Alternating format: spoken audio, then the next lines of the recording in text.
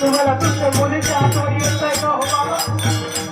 आज तुमच्या मुलीला भेटू वाटत नाही का बाबा?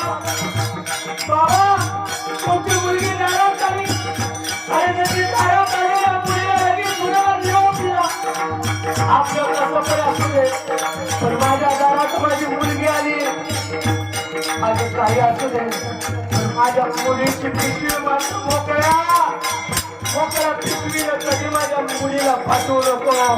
आयुष्यभर मुलीचा आणि आयुष्यभर मुलीकरता विचार करणारा बाप शिकून जातो ना, त्या बापाकरता मुलगी हात मार्ग देवाला.